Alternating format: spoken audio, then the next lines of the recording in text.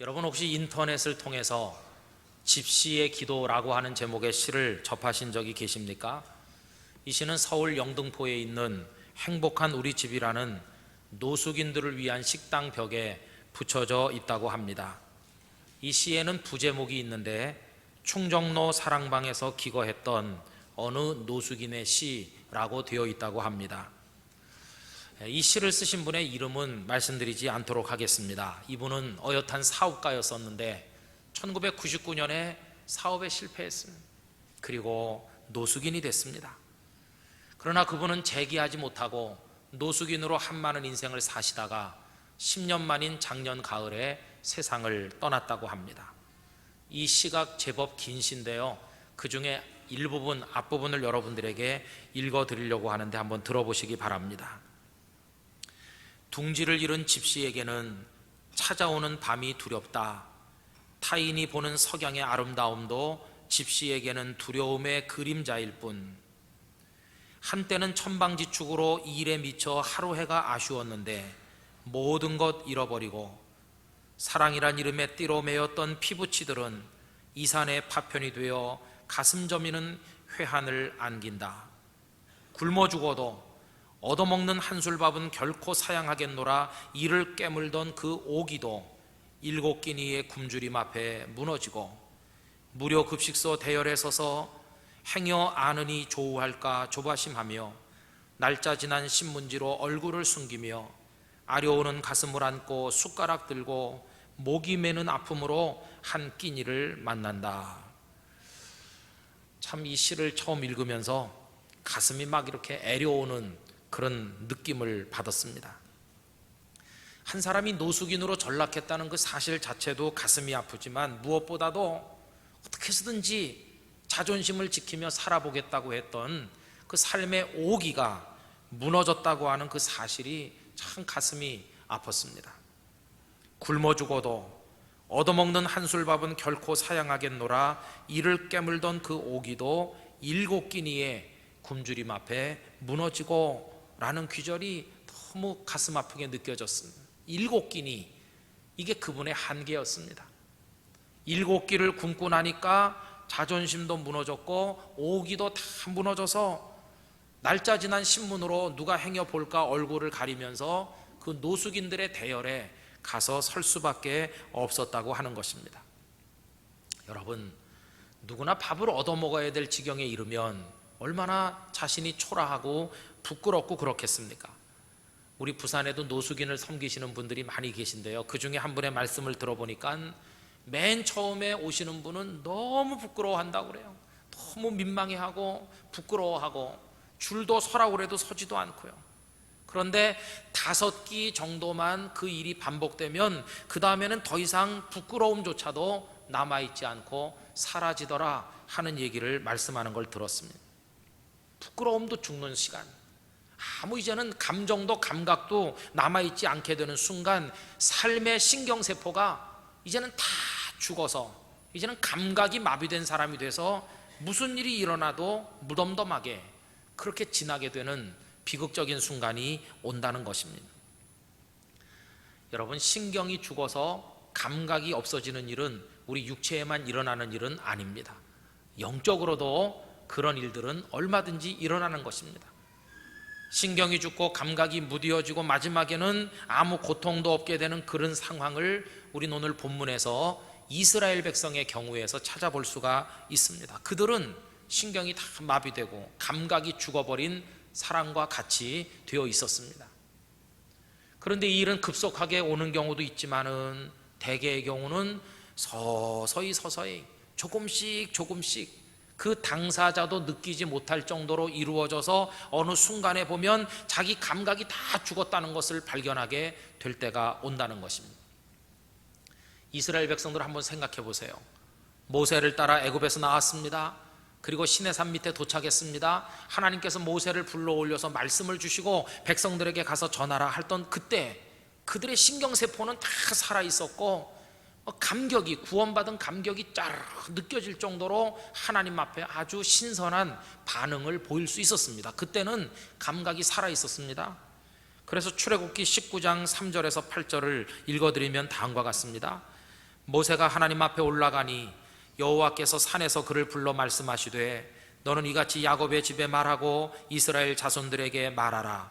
내가 애굽 사람에게 어떻게 행하였음과 내가 어떻게 독수리 날개로 너희를 업어 내게로 인도하였음을 너희가 보았느니라. 세계가 다 내게 속하였나니 너희가 내 말을 잘 듣고 내 언약을 지키면 너희는 모든 민족 중에서 내 소유가 되겠고 너희가 내게 대하여 제사장 나라가 되며 거룩한 백성이 되리라. 너는 이 말을 이스라엘 자손에게 전할지니라. 모세가 내려와서 백성의 장로들을 불러 여호와께서 자기에게 명령하신 그 모든 말씀을 그들 앞에 진술하니 백성이 일제히 응답하여 이르되 여호와께서 명령하신 대로 우리가 다 행하리이다. 아멘. 이렇게 돼 있어.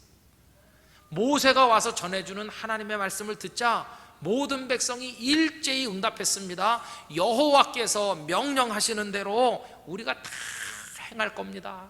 그때 그 모습, 하나님 앞에 민첩하고도 아주 긍정적이고 적극적 반응을 보이던 그 순간, 그게 그들의 신앙이, 그 세포가 다 살아있었던 바로 그때입니다. 그런데 시간이 지나면서 이들의 마음의 감각이 서서히 무뎌지기 시작했습니다.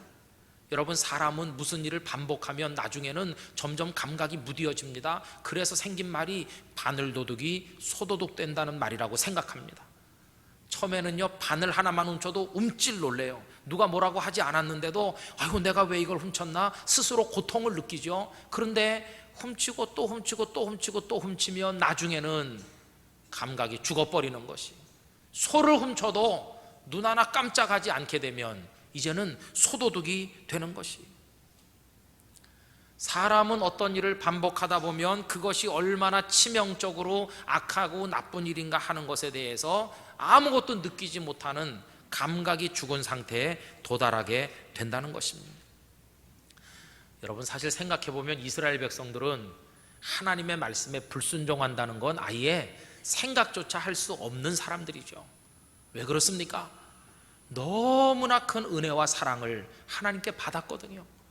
그들은 애굽에서 노예로 살지 않았습니까? 노예, 희망 없다는 상징입니다. 한 사회에서 그보다 더 비참하고 더 낮은 존재는 없다는 말입니다. 떨어질래야 더 떨어질 수 없는 마지막 바닥까지 추락한 거, 그게 바로 노예입니다. 그들은 그렇게 살았어요.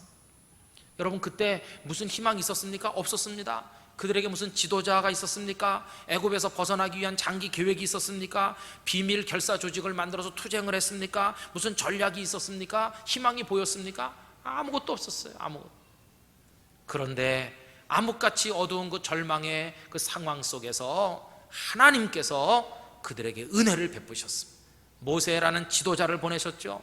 가나안이라고 하는 비전을 그들의 가슴에 심어주셨죠. 그리고 아직도 내가 너희들을 사랑하는 아버지라고 하는 것을 재확인시켜 주셨죠. 그리고 당신의 능력을 나타내셔서 바로와 애굽의 사람들을 굴복시키시고 그들을 보내게 하시니 이스라엘 백성, 노예가 자유하는 백성이 되고 가나안이라는 목표를 가슴에 품은 완전히 새로운 민족으로 탈바꿈하게 되었죠. 그 모든 일에 알파부터 오메가까지 이루신 분이 누구이십니까? 하나님 아버지이셨어요.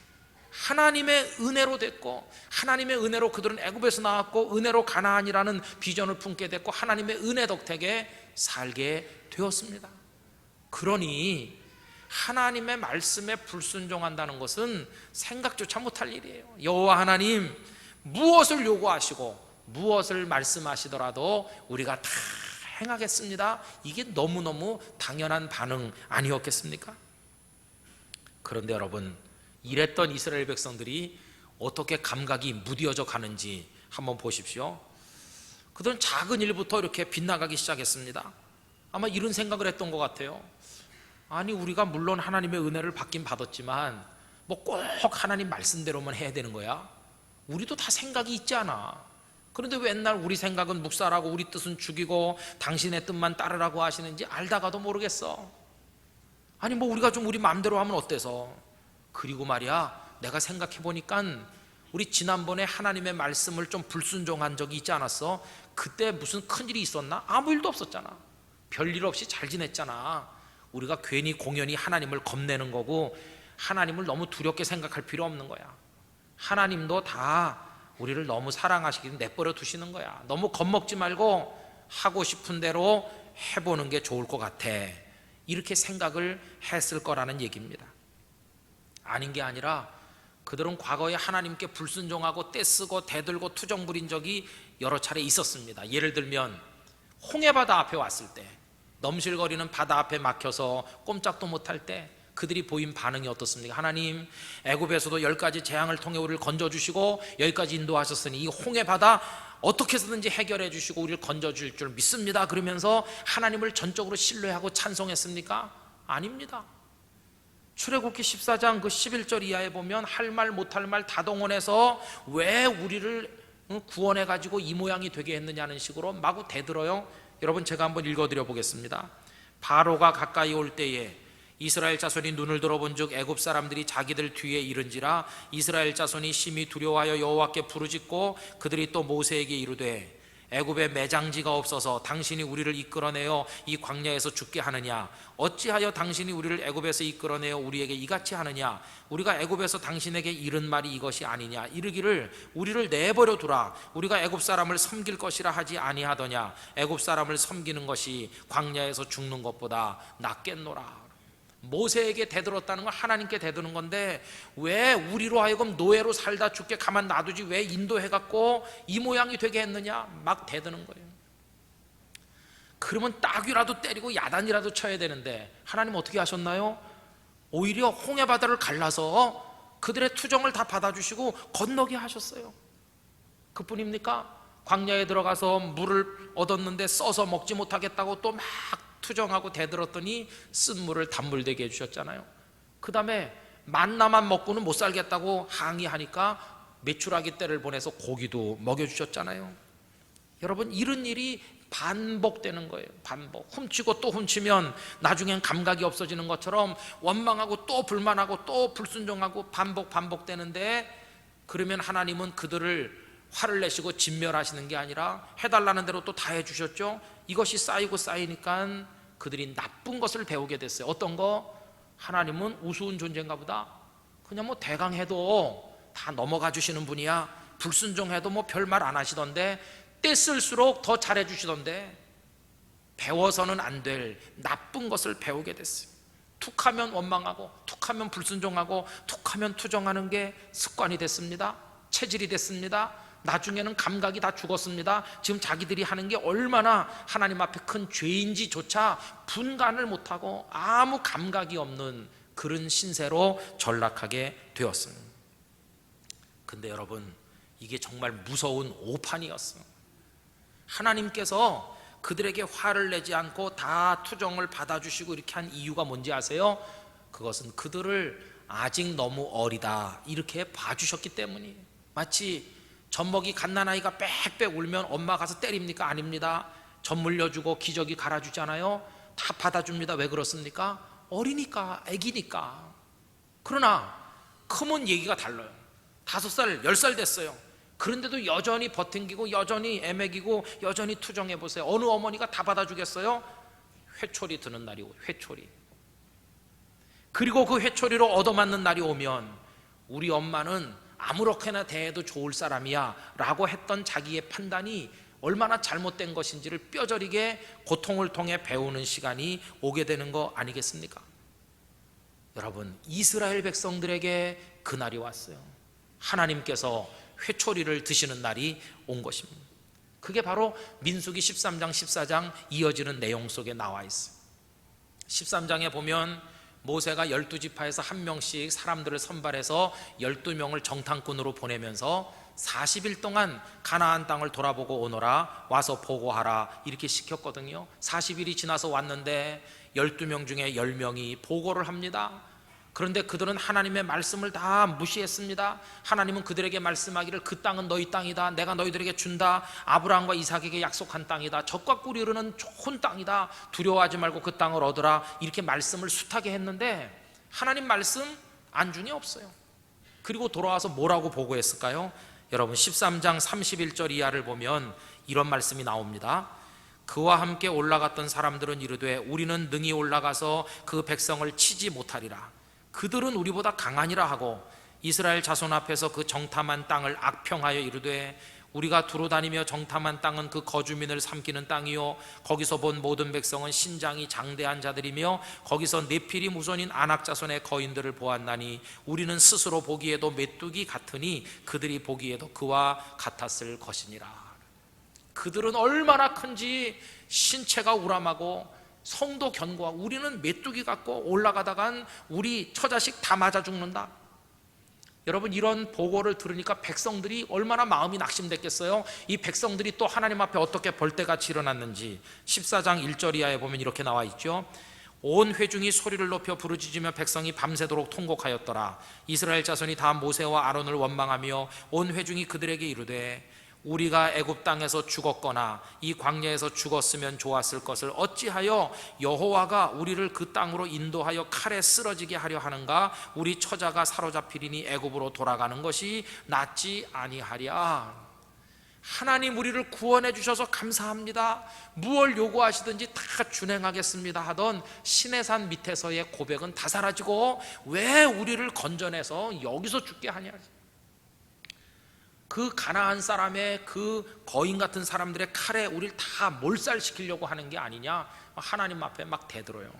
여러분, 이렇게 대드는 게 얼마나 무서운 죄인지를 느끼지도 못할 정도로 이미 감각이 다 마비된 상태예요. 그리고는 다시 애굽으로 가자고 하면서 모세, 아론을 죽이려고 돌을 들어 던지려고 해요. 여러분, 하나님을 향해서 그들은 하지 못할 일을 하게 되었어요. 그때 하나님이 회초리를 들고 나타났습니다. 그 위에 올라가서 10절 한번 보시겠습니까? 이렇게 되어 있죠. 온 회중이 그들을 돌로 치려 하는데 그때 여호와의 영광이 회막에서 이스라엘 모든 자손에게 나타나시니라. 하나님께서 나타나시는 것 좋은 일이지만 회초리를 든 하나님의 모습은 나타나면 곤란한 것이죠. 얼마나 회초리가 아픈지. 그동안은 불순종해도 투정해도 원망해도 다 받아줬는데 이제는 아니었어요. 왜? 크지 않았느냐. 그만큼 너희들이 컸잖아. 이제. 회초리의 내용이 뭐였습니까? 40일 동안 정탐하고 왔는데 내 말을 믿지 않고 나에게 신뢰를 보내지 않고 나를 원망하는 너희들 하루를 1년씩 쳐서 40년을 광야에서 방황할 거다. 40년 지나는 동안에 나를 믿지 못하고 원망하는 너희들은 다 늙어서 여기서 죽을 것이다. 그리고 너희들이 적의 칼에 맞아 죽을까 봐 염려했던 너희의 사랑스러운 자녀들은 성장해서 그들이 가나안 땅의 주역이 될 것이다. 이렇게 말씀하는 내용이 바로 오늘 본문에 나와 있는 내용이에요. 오늘 본문이 하나님의 회초리입니다. 여러분, 29절부터 35절까지 좀 길지만 우리 하나님의 회초리 내용을 한번 읽어보실까요? 29절부터 다 같이 읽읍시다. 너희 시체가 이 광야에 엎드러질 것이라. 너희 중에서 20세 이상으로서 계수된 자 곧 나를 원망한 자 전부가 여분네 아들 갈렙과 눈의 아들 여호수아 외에는 내가 맹세하여 너희에게 살게 하리라 한 땅에 결단코 들어가지 못하리라. 너희가 사로잡히겠다고 말하던 너희의 유아들은 내가 인도하여 드리리니 그들은 너희가 싫어하던 땅을 보려니와 너희의 시체는 이 광야에 엎드러질 것이요 너희의 자녀들은 너희 반역한 죄를 지고 너희의 시체가 광야에서 소멸되기까지 40년을 광야에서 방황하는 자가 되리라. 너희는 그 땅을 정탐한 날수인 40일의 하루를 1년으로 쳐서 그 40년간 너희의 죄악을 담당할지니 너희는 그제서야 내가 싫어하면 어떻게 되는지를 알리라 하셨다 하라. 나 여호와가 말하였거니와 모여 나를 거역하는 이 악한 온 회중에게 내가 반드시 이같이 행하리니 그들이 이 광야에서 소멸되어 거기서 죽으리라. 아멘 할래니까 너무 두려운 말씀이죠.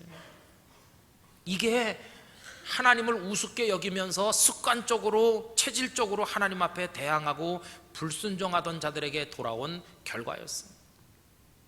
여러분, 그때 그들은 신경이 죽은 사람이고 감각이 마비된 백성이었어요. 이제 이스라엘 얘기는 그만하고 우리 얘기 한번 해봅시다. 여러분, 우리도 이스라엘 백성과 똑같은 입장이 있다고 생각합니다. 왜냐하면 우리도 하나님의 은혜와 사랑을 얼마나 많이 받았습니까? 그들이 노예로 살았던 것처럼 우리들은 죄의 노예요, 사망의 노예요, 사탄의 노예로 살았던 사람들입니다. 그때 우리에게 무슨 희망이 있었습니까? 없었습니다. 우리가 아무리 의롭게 살고 노력해도 구원받아 생명의 사람이 될 희망은 0%였습니다. 그런데 그때 하나님께서 여러분과 저를 사랑하셨습니다. 예수님을 보내셨습니다. 십자가에서 피 흘리게 하셨습니다. 그 피로 우리 죄를 씻어주신 줄 믿습니다. 그분이 우리 대신 죽음으로 형벌을 대신 감당하셨습니다. 그리고 무덤에서 부활하심으로 생명의 길을 열어놓으셨습니다. 그리고 성령이 우리 마음에 감동해서 우리로 예수님을 구주로 믿게 하셨습니다. 그래서 우리 하나님의 아들과 딸이 되게 하시고 영도중앙교회 교인이요 장차는 우리에게 주실 가나안 땅, 저 영원한 천국의 백성이 되게 하여 주셨습니다. 이 은혜와 사랑을 저도 받고 여러분도 받은 줄로 믿습니다. 그러면 우리가 하나님 앞에 뭐라고 해야 됩니까? 하나님 너무너무 감사합니다. 그 감격이 우리의 말조신경까지 쫘르르 통해야 된다니까. 너무나 감사합니다. 이 감각이 죽으면 안 돼요. 그러면서 여호와 하나님 나에게 뭐라고 요구하시고 뭘 말씀하시든지 내가 무조건 순종하고 따르겠습니다. 신의 산 밑에 백성처럼 우리들도 말해야 될 줄로 믿는 것입니다. 그런데요, 우리 자신을 가만히 보면 신경이 많이 죽은 것 같아요. 여러분 어떤지 한번 생각해 보세요. 옛날에는 주일 예배 한 번만 빠지면 큰일 나는 것처럼 막 고통을 느꼈습니다. 내가 왜 이랬을까? 그런데 한 번, 두 번 반복되니까 습관이 되고 체질이 돼서 이제는 뭐 아무 일도 없는 것 같이 자연스럽게 예배를 빼먹습니다. 언제부터인지 주일 오후 예배는 한두 번 빠지다가 이제 빠지는 게 당연시되고, 수요 예배는 신앙 스케줄에서 아예 지워버렸고, 기도하지 않은 지가 몇 달, 몇 년이 돼도 영혼의 고통을 요만큼도 안 느끼고 감각이 다 죽었어요.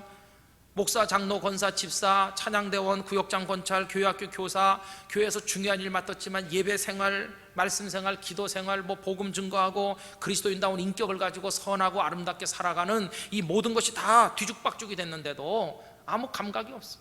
나만 그래? 다 그렇지. 그런다고 무슨 큰일 났어? 잘 살고 있는데 그때도 별일 없이 잘 지났잖아. 이렇게 생각하고 있다면 이게 바로 죽은 겁니다. 여러분, 시체는요 발로 걷어차도 바늘로 찔러도 가만히 있습니다. 왜? 감각이 다 죽은 거 시체거든요. 그러나 하나님의 뜻대로 못 사는 것 때문에 막 고통을 느끼신다면 여러분 하나님 앞에 감사하시기 바라요. 살아있다는 증거거든요. 아직 죽지 않았다는 증거입니다. 고통을 느낀다는 건 아직 신경이 이게 살아있다는 증거거든요. 하나님이 탄식하시는 소리, 오늘 본문에 나와 있는데 27절 우리 다 같이 한번 읽어봅시다. 27절, 나를 원망하는 이 악한 회중에게 내가 어느 때까지 참으랴? 이스라엘 자손이 나를 향하여 원망하는 바 그 원망하는 말을 내가 들었노라. 내가 어느 때까지 참아주면 되겠어? 여러분, 아무 일 없이 잘 살았다고 방심하면 안 됩니다. 하나님을 우습게 생각하시면 안 됩니다. 하나님이 지금 언제까지 참아야 되나 하면서 때를 보고 계시는데 회초리 들고 오실 날이 멀지 않았음을 경고로 받을 수 있는 마음이 있어야만 된다는 것입니다. 저는 오늘 이 말씀을 드리면서요, 우리가 하나님 앞에서 나의 예배 생활이 어떤가, 내가 하나님 앞에 어떤 마음으로 사는가, 내가 경건하고 온유하고 겸손한 사람 되기 위해서 내 영혼의 훈련을 어떻게 하고 있는가, 내가 정말 기독교인답게 구원받은 하나님의 사람답게 하나님 앞에서 하고 있는지, 내 섬김과 헌신이 어떤지를 한번 점검해 볼 수 있는 그런 시간, 그래서 내 신경과 감각이 살아있는지 한번 점검해 보는 시간이 되시기를 기원하는 것입니다. 그래서 하늘을 우러러 한 점 부끄럼도 없기를 소망했던 윤동주 시인의 마음으로 하나님 앞에서 내가 정말 요만큼도 삐뚤어지지 않게 살기를 소원하는 그런 성도의 마음을 우리가 가져야 될 줄로 믿습니다. 최선을 다해서 하나님의 말씀에 순종하며 살아나가게 되시기를 진심으로 기원합니다.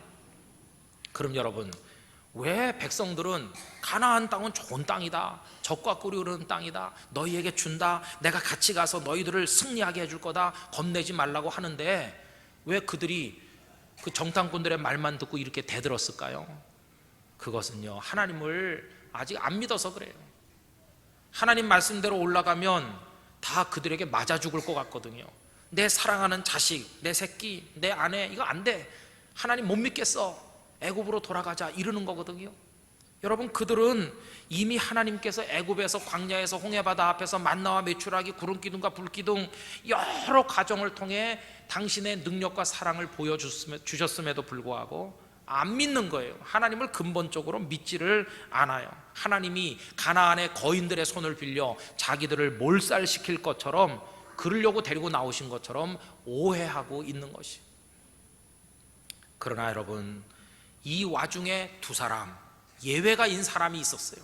그 두 사람은 갈렙과 여호수아였습니다. 이 두 사람은요, 신경세포가 다 살아있는 사람이었어요.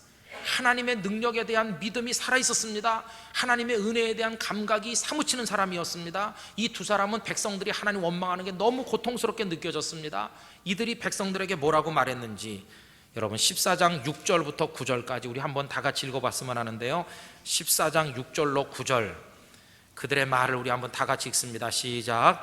그 땅을 정탐한 자 중 눈의 아들 여호수아와 여분네 아들 갈렙이 이스라엘 자손의 온 회중에게 말하여 이르되 우리가 두루다니며 정탐한 땅은 심히 아름다운 땅이라 여호와께서 우리를 기뻐하시면 우리를 그 땅으로 인도하여 들이시고 그 땅을 우리에게 주시리라. 이는 과연 젖과 꿀이 흐르는 땅이니라. 다만 여호와를 거역하지는 말라. 또 그 땅 백성을 두려워하지 말라. 그들은 우리의 먹이라. 그들의 보호자는 그들에게서 떠났고 여호와는 우리와 함께 하시느니라. 그들을 두려워하지 말라 하나. 아멘. 이 두 사람은요, 하나님을 전적으로 신뢰했어요. 우리와 같이 계시다, 두려워하지 말아라, 이렇게 이야기할 수 있는 믿음이 그들에게 있었습니다. 여러분, 저는 진심으로 기원합니다. 우리 영도중앙교회 성도들이 오늘의 갈렙이 되시고 여호수아가 되시기를 진심으로 기원합니다. 그 믿음의 감각이 살아있으시기를 원합니다. 하나님을 믿고 하나님이 시키는 대로. 여러분, 하나님을 따르는 것보다 내가 복되게 사는 다른 방법이 어디 있겠어요? 하나님이 가라 하면 가셔야 됩니다. 오라 하면 오시면 됩니다. 멈추라 하면 멈추면 됩니다. 하라고 그러면 하시면 됩니다. 하지 말라고 그러면 딱 끊으면 될 것입니다. 하나님의 인도를 따라 사는 것보다 더 잘되고 아름답게 승리하는 방법은 없는 줄로 믿습니다. 우리 인생에 하나님 같으신 분은 없는 줄 믿습니다. 이 고백을 우리가 가지고 살게 되기를 원합니다. 하나님 어떤 분이신가? 나의 힘이 되신 여호와여, 내가 주를 사랑합니다. 주는 나의 반석이시며 나의 요새시라. 나의 하나님, 나의 하나님, 그는 나의 여호와, 나의 구세주. 할렐루야. 저의 하나님도 되시고 여러분의 하나님도 되시고 그 하나님의 말씀대로만 100% 살려고 몸부림치시면 하나님의 은혜 중에 거하고 오늘의 여호수아와 갈렙이 되실 줄 믿습니다. 요만큼 하나라도 불순종하면 통증을 느끼시고 하나님 죄송해요 이렇게 말할 수 있고, 여러분의 모든 신앙의 내용을 재점검하면서 하나님 앞에서 여러분을 바로 세워 오늘 이 시대의 갈렙과 여호수아처럼 되시고 우리 교회가 그런 분들로 꽉 채워지는 아름다운 공동체가 되기를 예수님의 이름으로 축원합니다. 다 같이 기도하겠습니다. 하나님, 저희들의 믿음의 감각이 죽었습니다. 신경이 다 죽은 사람과 같습니다. 불순종하고 투정하고 원망만 하면서도 체질화되어서 얼마나 큰 죄를 짓는지도 느끼지도 못하는 사람이 됐습니다. 하나님, 우리를 새롭게 만들어주세요. 다시금 일어나게 하여 주시옵소서. 오늘의 여호수아와 갈렙이 되게 하여 주옵소서. 하나님을 믿게 하여 주옵소서. 우리 간절히 통성으로 기도하겠습니다. 사랑 많으신 하나님 아버지, 오늘 귀한 말씀을 저희들로 나눌 수 있도록 은혜를 주신 하나님을 찬양합니다. 아버지 하나님, 목사로 살면서도 믿음이 으뜨러지고 하나님을 전적으로 신뢰하지 못하고 내 뜻에 따라 살고 불순종하고 게으르고 부끄러운 일을 하면서도 부끄러운 것인 줄도 모르는 신경이 죽고 감각이 죽은 사람처럼 살았을 때가 많았던 이 종을 용서해 주시기를 원합니다. 우리 교회 장로님들, 권사님들, 집사님들, 성도들, 어린 갓난아기들까지 아버지 하나님 앞에서 중요한 사명을 받았다고 자부하는 사람들일수록 하나님, 우리 모두가 깨어 일어나게 해주시기를 원합니다. 다시금 우리를 바로 세워 주시옵소서. 영적 감각이 살아있는 사람 되게 하시옵소서. 하나님 아버지, 아버지 같으신 분이 또 누가 있습니까?